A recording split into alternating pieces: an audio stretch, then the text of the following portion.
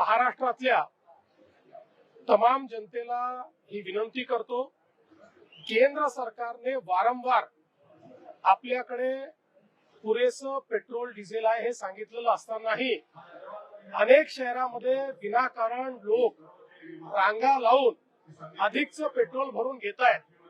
अशा प्रवृत्तीमुळे टंचाई निर्माण होते, कारण डिमांड आणि सप्लाय याच्यावर ज्यावेळेस स्ट्रेस येतो त्यावेळी अनेक अडचणी तयार होतात. आपल्याला जेवढा दर महिन्याला पेट्रोल डिझेलचा स्टॉक लागतो तो देशाकडे आहे, त्यामुळे कोणीही रांगा लावू नये आणि अशा पद्धतीनं जर पेट्रोल पंपावरही कोणी काळा बाजार करणार असेल तर त्यांच्यावर कडक कारवाई केली जाईल.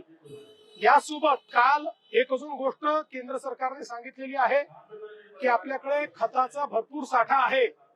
काही लोक त्याचीही काळाबाजारी करण्याचा प्रयत्न करतायत.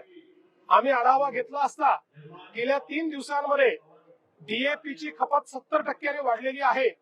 नेहमीपेक्षा आम्ही मागच्या वर्षीची या दिवसांमध्येच जेव्हा त्याची तुलना केली तर असं लक्षात येत आहे की कुठेतरी या संदर्भात पॅनिक बाईंग होत आहे. त्यामुळे तोही साठा दरवर्षी आपल्याला लागतो तेवढा आपल्याकडे मिळणार आहे. कोणी पॅनिक बाईंग करू नये आणि जे पुरवठादार आहेत त्यांनी देखील जर या ठिकाणी त्याचं होर्डिंग करून आणि शेतकऱ्यांना त्रास देण्याचा प्रयत्न केला, कडक कारवाई करून या ठिकाणी फौजदारी कारवाई त्यांच्यावर करण्यात येईल, हा इशारा आम्ही देतोय.